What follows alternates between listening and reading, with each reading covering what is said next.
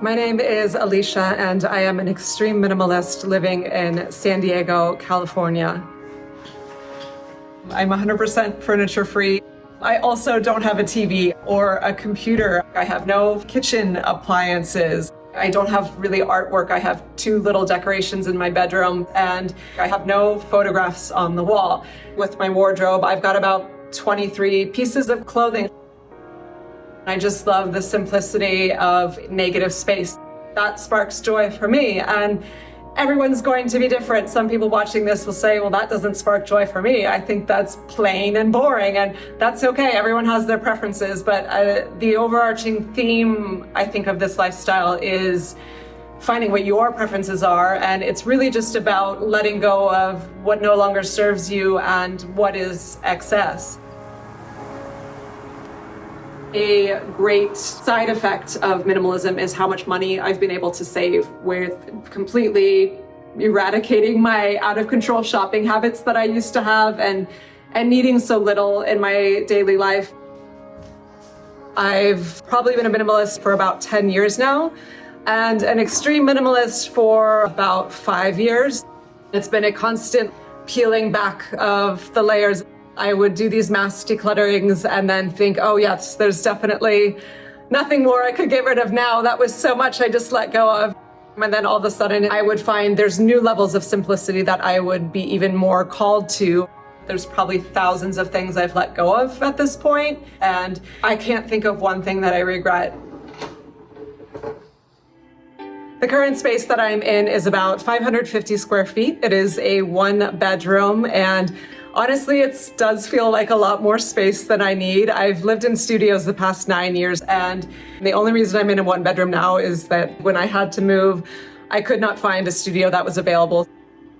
I've been here for about 3 months now.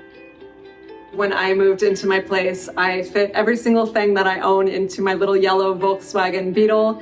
I had my whole wardrobe in just one rolly carry-on suitcase. I have a backpack that held some odds and ends in it, and my laundry hamper held all my towels and bedding, and I have one little wicker basket that held like the 2 fragile things I have, and then one box that I put my kitchen things in, and that was it. It all fit super easy, and unpacking every single thing I own from my car up to the 3rd floor of my apartment took about 15 minutes, I think. I really enjoy being self-reliant. So it was very liberating and freeing to be able to move so quickly and not spend any money on it at all.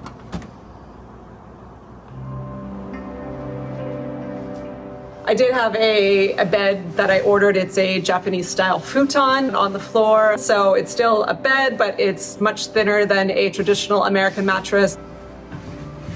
If a new person were to come into my space, their first impression would definitely be that there is not a lot of stuff at all, and you would probably say words like empty or unfinished, but for me, it never feels any of those things. I've been very intentional with the few things that I have curated in my space, and I really do love every single piece that I have, and it serves a purpose.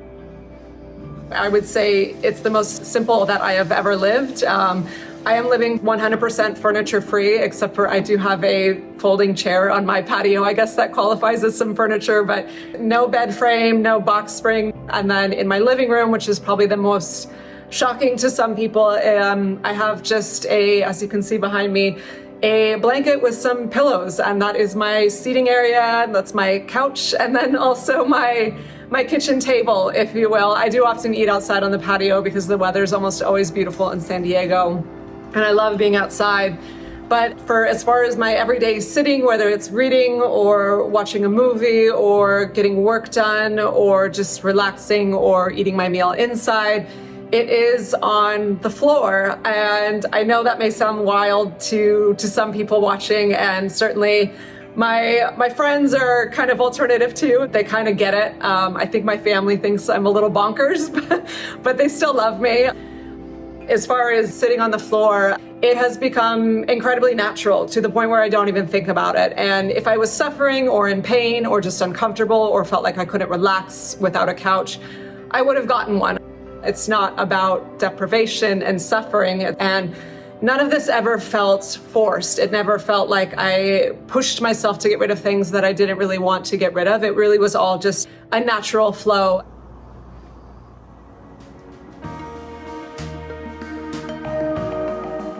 As a kid, I would say I was actually a natural minimalist, and I was very fortunate in that my father did instill good values in us. The toy chest would start overflowing at certain points, and my father was good about saying, okay, pick out your favorite ones and then we'll donate the rest. And that stayed with me all throughout college while I was competing on the United States national team for synchronized swimming. And I just had a few things that I needed. But then it took a turn when I got my first job working at a Cirque du Soleil style show in Las Vegas as a performing artist. I sort of fell into the trap of the keeping up with the Joneses. And I was living sort of a glitz and glamorous Las Vegas lifestyle, and I had my first adult apartment, and I remember feeling for the first time this incredible pressure to fit in and to have my home reflect this standard of, oh yes, I'm a successful adult. And no matter how much stuff I bought, it never felt like enough. It was always wanting more and more and more.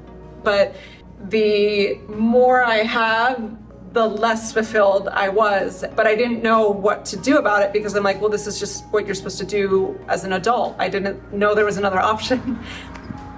This continued for many, many years up until age 30. I was tapering out of show business in Las Vegas and ending a 7-year relationship. I was getting into my new place, and it felt like the most incredible relief just to be in this empty space with hardly anything in it. And that was what really, I would say, started my whole minimalism journey, because something was awakened in me and it was calling me back to how I used to live when I was younger. From there, it sort of snowballed to doing a mass decluttering of my wardrobe, and I would take bags and bags of clothes to donate. So I've got about 23 pieces now. I also don't have any pictures. I digitized all of my old pictures and all of my photo albums that I used to have. And as far as tax documents, my tax preparer keeps digital things on file.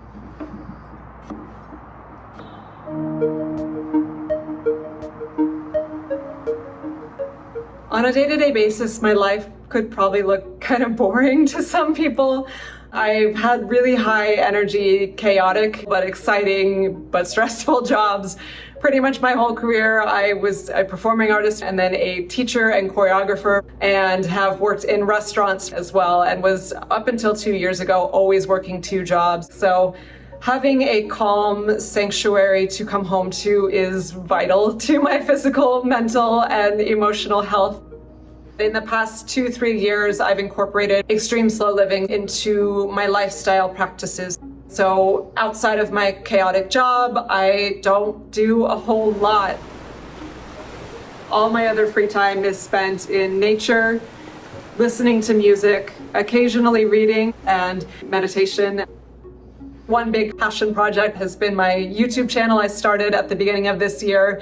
I've always been passionate about helping other people declutter and simplify their lives. And I've really enjoyed connecting with so many people all over the world and hearing other people's journey on minimalism.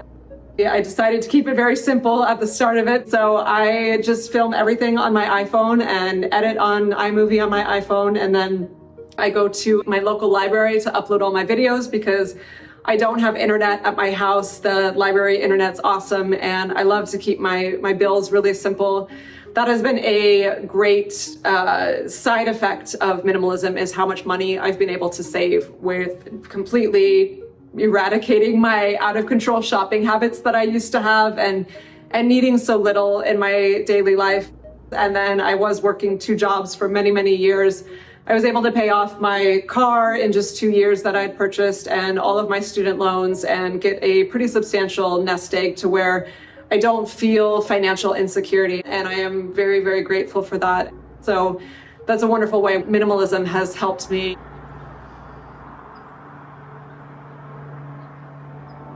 As far as challenges of living this way, this may sound a little too fairy tale or romantic, but I honestly can't name one.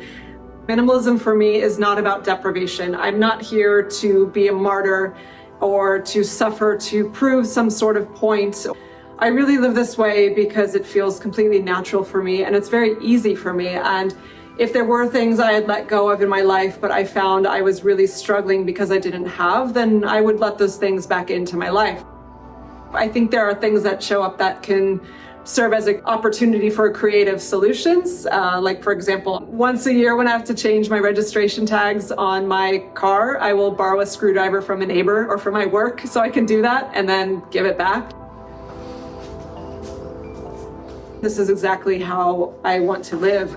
And there really isn't any material possession that would make me feel happier. And honestly, if I lost everything that I owned, I'd be okay. Because the things that bring me the most joy are love and connection and passion and purpose in my work and having a deep connection to nature. And all of those things have been so much more open to me now that I live as an extreme minimalist, and I can't imagine living my life any other way. Subscribe to Exploring Alternatives for more videos like this, and you can also follow Alicia on her YouTube channel at Explorivore. Thanks for watching.